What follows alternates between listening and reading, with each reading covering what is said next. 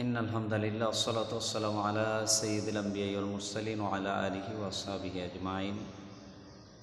প্রিয় ভাইরা, আজ আমরা কথা বলবো ইয়াউমে আরাফা তথা ৯ জিলহজের সিয়াম সম্পর্কে।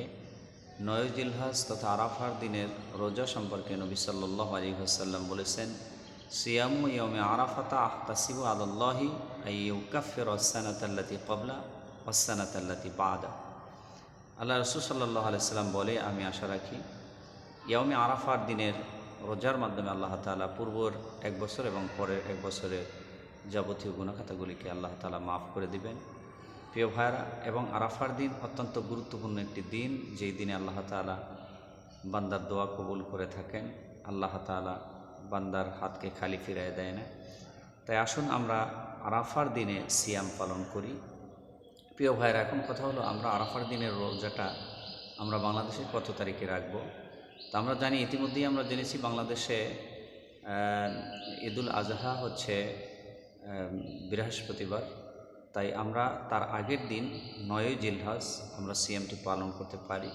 কিন্তু যদি কেহ চান যে দুটি রোজা রাখবেন, অর্থাৎ সৌদি আরবে ইয়াউমে আরাফা হচ্ছে ৮ তারিখে, সৌদি আরবে ইয়াউমে আরাফাটা অনুষ্ঠিত হবে ৮ তারিখে ৮ই জিলহজ, কিন্তু আমাদের দেশে ইয়াউমে আরাফাটি অনুষ্ঠিত হবে ৯ তারিখে ৯ই জিলহজ। তাই সেই হিসেবে আমরা যদি সরাসরি আরাফার দিন, যেদিন হাজী সাহেবরা আরাফাতে অবস্থান করছে, তাদের সাথে আমরা যদি মিল রেখে ওই দিনেও সিয়ামটি পালন করতে চাই, তাহলে আমাদেরকে দুটি রোজা রাখতে হবে। একটা হচ্ছে ৮ই জিলহজ আর একটা হচ্ছে ৯ই জিলহজ। যদি আমরা ৮ই জিলহজ এবং ৯ই জিলহজ এই দুটি রোজাই রাখতে পারি, তাহলে আর কোনো সমস্যা দেখা যায় না।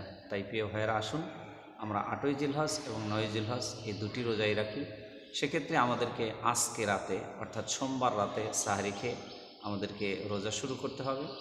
অর্থাৎ সোমবার রাতে সাহারি খেয়ে আপনি মঙ্গলবারে একটি এবং বুধবারে একটি সিয়াম পালন করবেন। আল্লাহ তাআলা তাহলে এর যথাযথ পুরস্কার আশা করি আমরা ইনশাল্লাহ অর্জন করতে পারবো। আল্লাহ পাক রব্বুল আলামিন আমাদের সকলকে উক্ত আমলটি করার মতো তৌফিক দান করুক। ওয়া মা তাওফিক ইল্লা বিল্লাহ। আসসালামু আলাইকুম ওয়া রাহমাতুল্লাহি ওয়া বারাকাতুহু।